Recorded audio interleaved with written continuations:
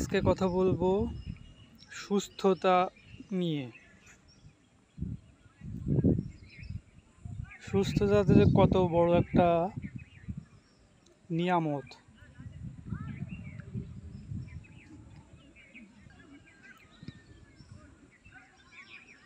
বা বেনিফিট, সেইটার পার্সপেক্টিভ নিয়ে আজকে কথা হবে। আপনি যে অসুস্থ না, এইটাই যখন আপনি ফিল করবেন,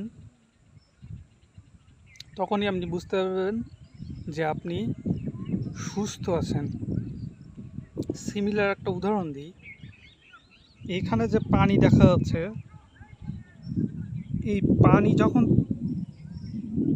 এখান থেকে সরে যাবে, জাস্ট পানি থাকবে না, তখন এখানে পরিবেশটা ফুল অন্যরকম হবে। তখন এখানে ঘাস থাকবে না, এখানে একটা শুষ্ক হয়ে যাবে। সেইটাই যদি আমরা অসুস্থতা ধরি, তাহলে এখন সুস্থ।